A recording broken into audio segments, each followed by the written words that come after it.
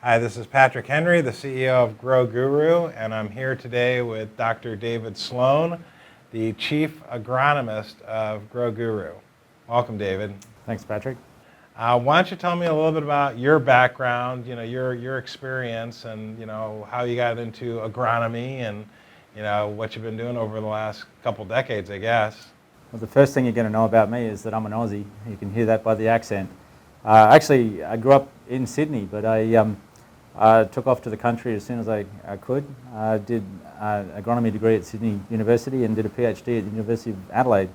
But I've been working in soil moisture monitoring for well over 20 years now. Okay. I did a PhD in plant water relations, and I've been working in the industry. I spent some time working with AgriLink in Australia, and then Aquaspy in the US. Spent some time with Metos USA, and here I am at GroGuru. Terrific. So for the people that don't understand kind of as much about crop science, can you describe kind of in layman's terms what is agronomy, and then specifically what is irrigation agronomy?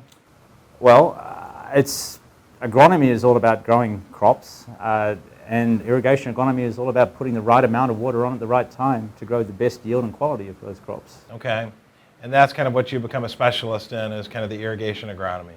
Yep, you've got to think like a plant, I guess. And over the last 20 years, I've had a lot of opportunity to watch plants drink and understand how to help them drink better, to grow stronger roots and get a better result. We can save water and obviously make more money. All right, cool. So as you know, GroGuru is all about helping farmers optimally irrigate their crops so they get better crop yield and save money and make more money. And a part of that is the soil moisture sensor component of the solution. So tell me a little bit about kind of your experience of the benefits of using soil moisture sensors for optimally irrigating crops. Well, I'll start out by saying there's a wide range of soil moisture sensors. Farmers have been irrigating using all different types of decision-making tools, everything from the shovel in their hands to seeing what their neighbour does. But when it comes to sensors, what I've found the best are continuously logged sensors. So, and even better if you can connect them up to telemetry and get data back in real time remotely. Mm-hmm. So, sensors that I like to use the most are probe-style sensors, where you've got a column, a plastic column with electronics inside it and sensors at multiple depths. And so you can basically measure the entire root zone at once and get a really good picture of multiple levels in that root zone, and watch the plant drinking every 15 minutes throughout the day and watch it rest at night. Once you get into looking at it and you understand what you're seeing, it's really fascinating. So how about like the difference between measuring water at the root zone with a permanent crop, like a fruit tree or a nut tree, compared to an annual crop like a corn or a soybeans? Kind of what's the difference in terms of looking at soil moisture monitoring in those two different scenarios? Well, the way we approach irrigation scheduling is to look at a whole season approach. And you don't need to put the same amount of water on every day of the season, every day of the life of that crop. You vary the amounts. There's the right amount of water to put on at the right time. For example, with an annual crop, it's growing its root system in every year. So if you go at it too hard and you put too much water on too soon, it gets lazy and it doesn't grow its roots deep. You want to have a deep root system so it can access more water, more nutrients. It's got a bigger motor for when it needs it at the critical time of the year when the yield is forming and it's hot. For permanent plantings, the same rules apply. There are different stages of crop growth, and so it needs different amounts of water at different times. And even more than that, you can actually use stress as a weapon. So you can hold water back to bring on a change in the plant and then construct yield in that way. So for example, with wine grapes, you can hold water back and stress it and do what's called regulated deficit irrigation to cut down on the canopy so that you don't get too much disease and shading of the fruit. And then when it hits veraison, it goes reproductive. You then can put a lot more water on and then finish it off. Build the water level, soil moisture up coming into harvest. So it's very much a strategic approach to irrigation management, which I like to call strategic irrigation management, funnily enough. So when you look at GroGuru kind of as one of our key differentiators versus the other alternatives in the market is we have a wireless underground system that allows us to permanently install the soil sensors in the ground, whereas the alternatives in the market today require annual install and removal because they cable from the sensors in the ground to the above ground telemetry. From an agronomy perspective, can you kind of compare and contrast the benefits of the permanent install compared to the annual install removal model? Sure. So industry that I'm very familiar with is broadacre row crops. And so that's corn, cotton, soybeans, wheat, that sort of thing, where you plant the crop and you grow it and then you harvest it, then you have a fallow period. Well, what happens in the traditional sense is that, so the industry today has to wait until the crop is planted because you can't plant the crop, you can't pull a tine through the soil while the probe is in the ground. And so it gets in the way. And so you've got to wait until you've planted the crop. And then you've got to come in and you get a really, really narrow window. There's only a matter of weeks that you've got to install the sensors so that you can then watch the roots grow and come in and make all the decisions you want to make. But then you've got to get it out of the way again coming into harvest. Whereas if you can permanently install the sensor and get it underground and then you can plant the crop over the top, you can till over the top, you can harvest over the top, that's a game changer.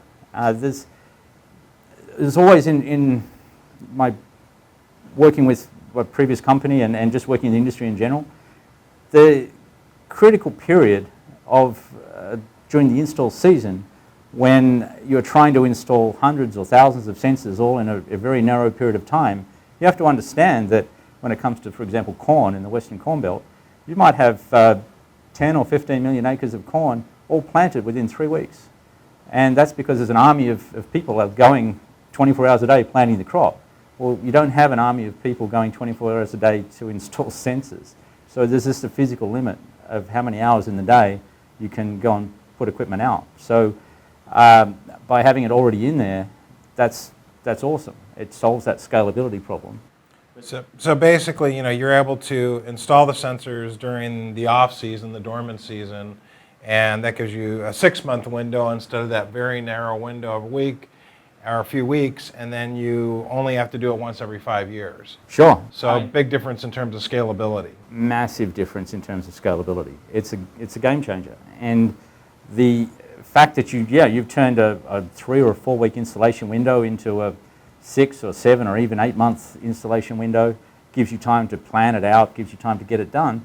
But you also get to capture all this data from the winter, which is really valuable. A lot of areas in the Western Corn Belt through the Ogallala Aquifer where they're relying on stored soil moisture. You have to start the season with a full profile. You may not get it with rainfall, so therefore you have to irrigate to fill the soil so that it's there when you need it during the middle of the season. So tell me a little bit more about kind of the benefits of having the 12 months of data and the beginning of season data compared to only having it while the crop's in the ground. I'll give you an example. In the Texas Panhandle, an area that I'm familiar with, those guys, they've got an 18-inch allocation per year, but when you take 18 inches of water. Is their license per year. They have a rolling 5-year average. When you take that allocation is across the entire section, but the wetted area under the circle means that it's about 24 inches per year they have to deal with. Only just enough to fully irrigate a crop. But they tend to put, of those 24 inches, about 6 inches on, a quarter of their allocation on before they've even planted the crop. And that's a time when traditionally you don't even have sensors in the ground.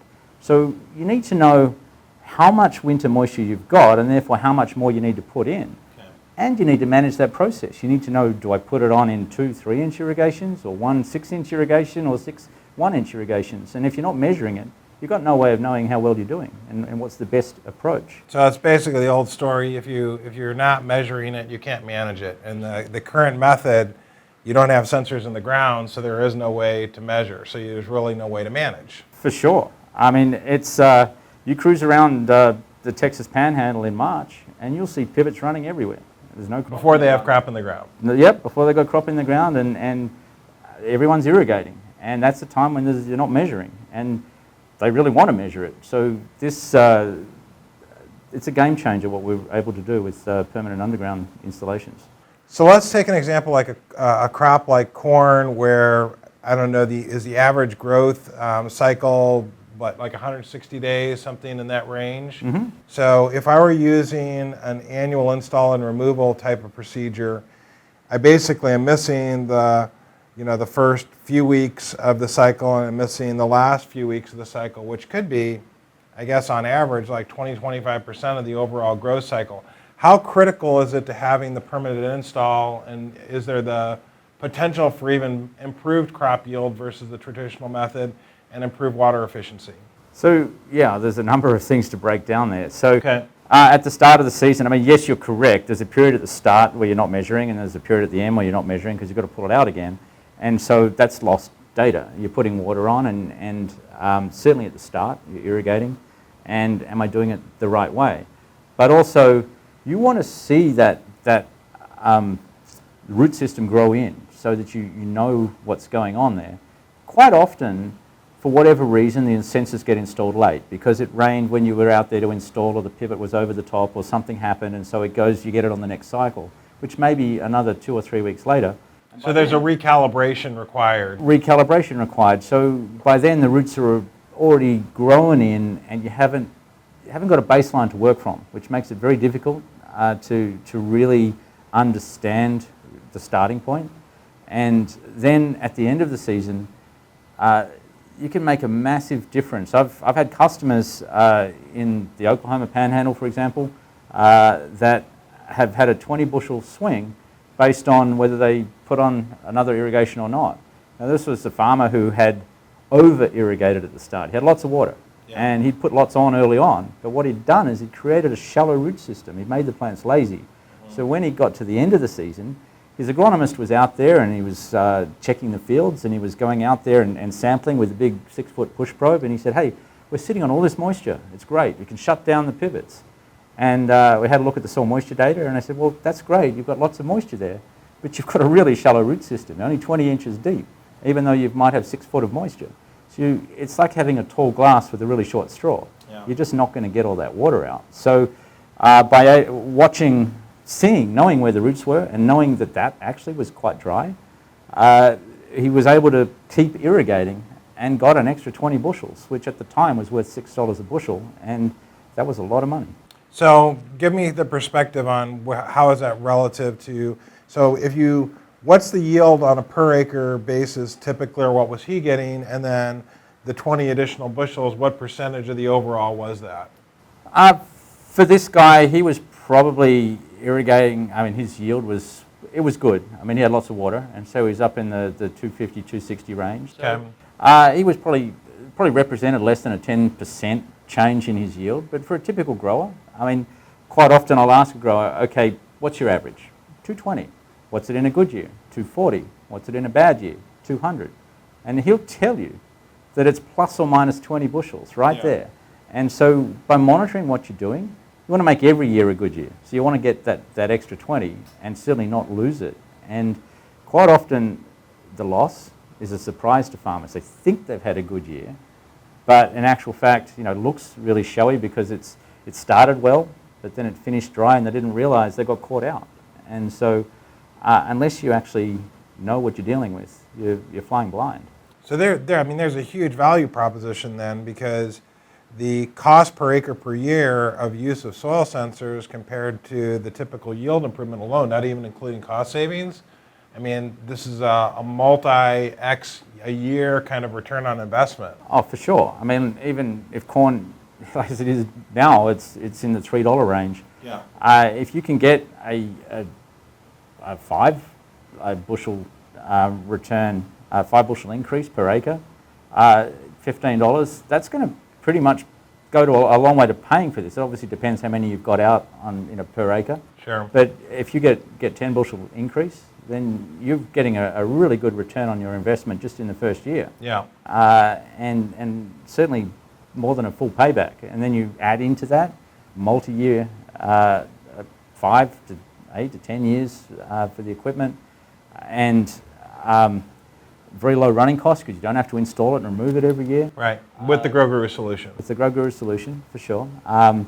Then, yeah, the returns are phenomenal.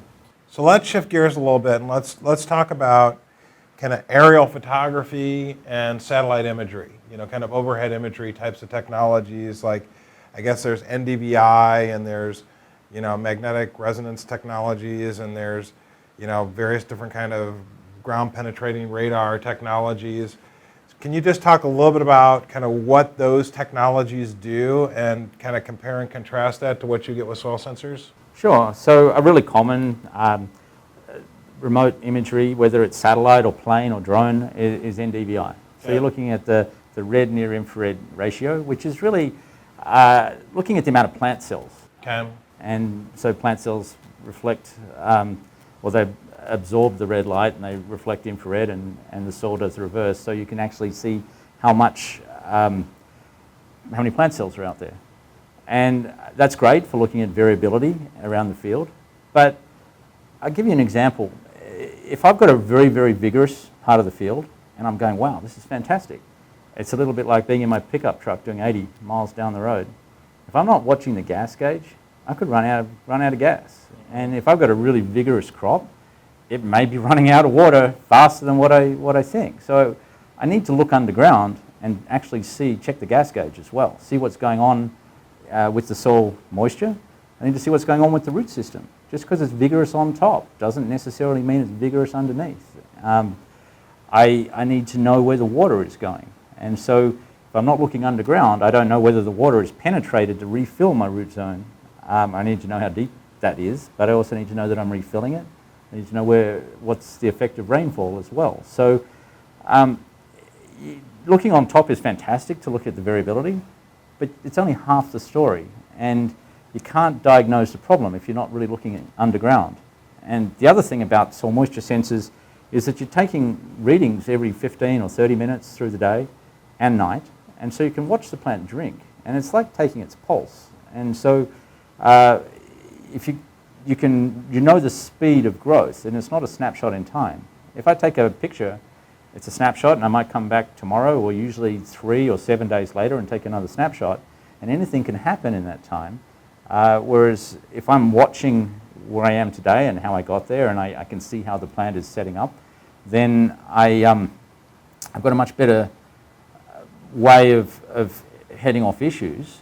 The remote sensing is 20/20 hindsight. It shows you where the problems are and where to go and look, but it doesn't really help you look forward and plan out what's to come. And so what we're about is setting up an irrigation template that is a roadmap for success, and it will give you guidance going, not just being able to look back at how I got here, but also give you a pathway forward to get the best yield and quality. And there are other forms of remote sensing. I guess spatial mapping, let's say, like electromagnetic resonance EM surveys. Yeah. They'll tell you variability out there in a field from looking at different soils. You can look at topography. You can look at all these things, and they all matter, and they all come together, and they all fit and help each other. And so if I'm a farmer, I want to use all the tools in the toolbox. But the tool I'm going to go to the most is soil moisture monitoring, because that is the heartbeat of the plant, and that plant can teach me what it needs and how to deal with it better so that we get a much better result. So I've heard this argument that the aerial photography satellite imagery gives you this broad scale view, and that gives you a bigger benefit compared to a soil moisture sensor, which is a very narrow view. Well, what would you say about that in terms of kind of your perspective? Well, I think that aerial imagery does give you a broad view, and It helps catch the problems. So if I've got, for example, a block nozzle on a center pivot, I'm going to see a ring around that pivot that's low vigor, or it's going to stand out. So I can go out there, and sure enough, I can identify the problem and fix it. There's value in that, no doubt. If I have a drip system and I see that there's a stripe through the field, I might have a blocked run, blocked pipe, so I can go and fix it. There's value in there for sure. But what that does is it probably helps get some uniformity out there. but it doesn't necessarily help you raise the bar. And what we're about is helping you become a better farmer by watching and reacting to the plant itself. And through my experience, what I've found is that you can model things and you can think, you know what the plant needs, or you can listen to the plant will tell you what it needs. You just have to know how to listen to it and read the signatures, let's say.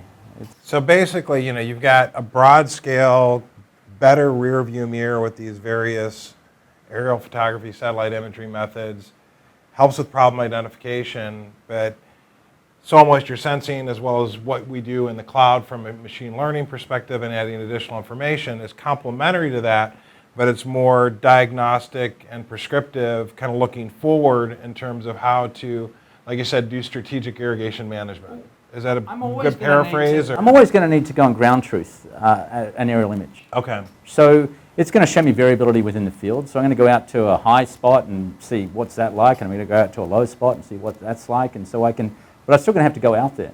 Yeah. If I've got a point in that field where I'm monitoring in great detail in real time, and I know exactly what's going on there, and then I can know how that spot relates to the rest of the field, no doubt I'm better off. So they are very complementary technologies.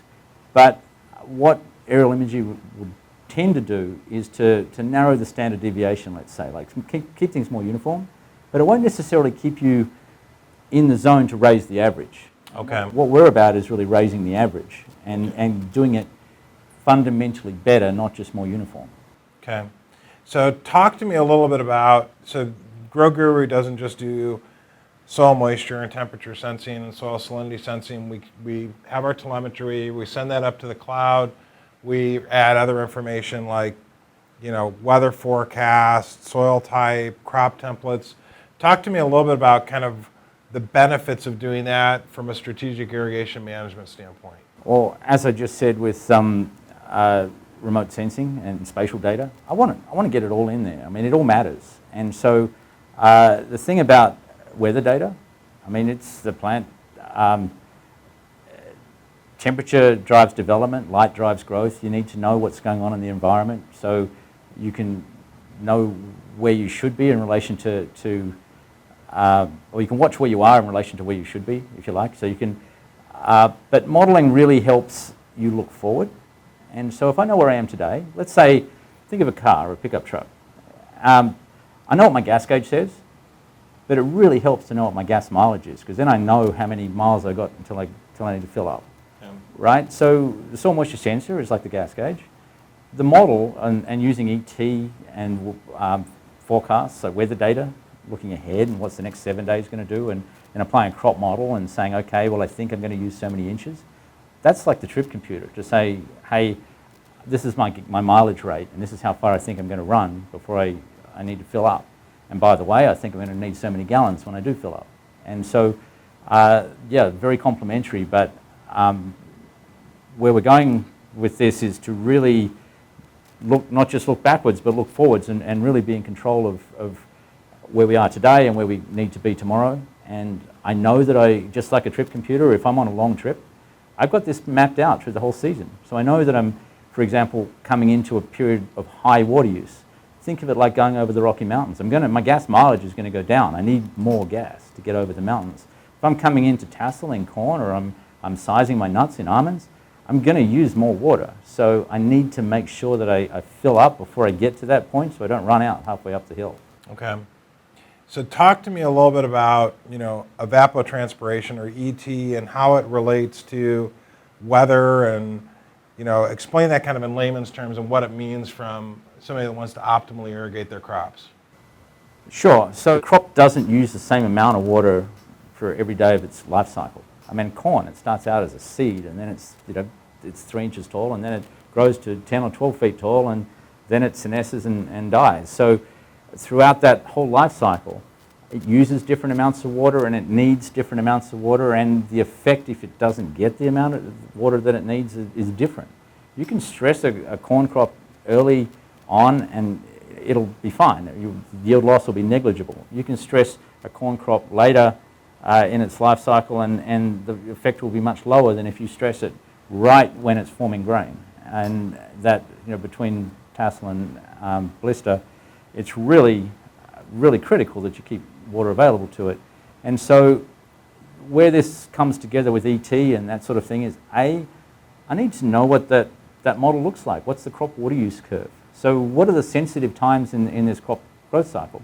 So when can I afford to push it a little bit and save some water and potentially grow deeper roots and that sort of thing, versus when do I have to really look after it, or if I don't, it'll hurt me. So that's where that crop modeling really comes in. It's just knowing when are the right times to put the right amount of water on, and then with sensing, it's making sure that you do what you set out to do. It's proof that you're getting water in there. And the other thing too, just while I'm thinking of that, is that people think that they're putting on a certain amount of water, and it isn't necessarily so. If they think they're putting out an inch, maybe not. And one of the things, unless this is because of evaporation or wind or other things. Exactly right. So I always talk about water going off target. And so if it's blowing away or if it's draining through the ground, you need to know that. And so you need to see that you're delivering water to the target, which is the root zone, and that you're maximizing that. But it's, it does come back to a season-long irrigation template, which is my plan. And then having, just like any other factory, having a way of keeping in the sweet spot, and also knowing when I'm getting outside that zone. Because if I get outside that sweet spot, it's going to hurt me. If I go too wet, it might hurt me because I'm creating the wrong sort of root system, or I'm washing fertilizer out of the root zone, or I'm just wasting water. And if I'm too dry, well, it's pretty obvious I'm going to be restricting yield at certain times. Other times I want to keep it dry just to keep it a little bit thirsty to push the crop to do things. So there is a real strategy involved in irrigation management. Tell me a little bit more about what you mean by how plants drink. Well, you can watch the plants drink in the soil moisture trends. So during the day, they take moisture out of the soil, and at night they rest. And so there's a stair-stepping in the data. But I'll give you a little story about watching plants drink. And a guy in northern Texas who had used a lot of soil moisture monitoring had a day that was just off the charts hot and windy, and 118 degrees, 35 mile an hour wind.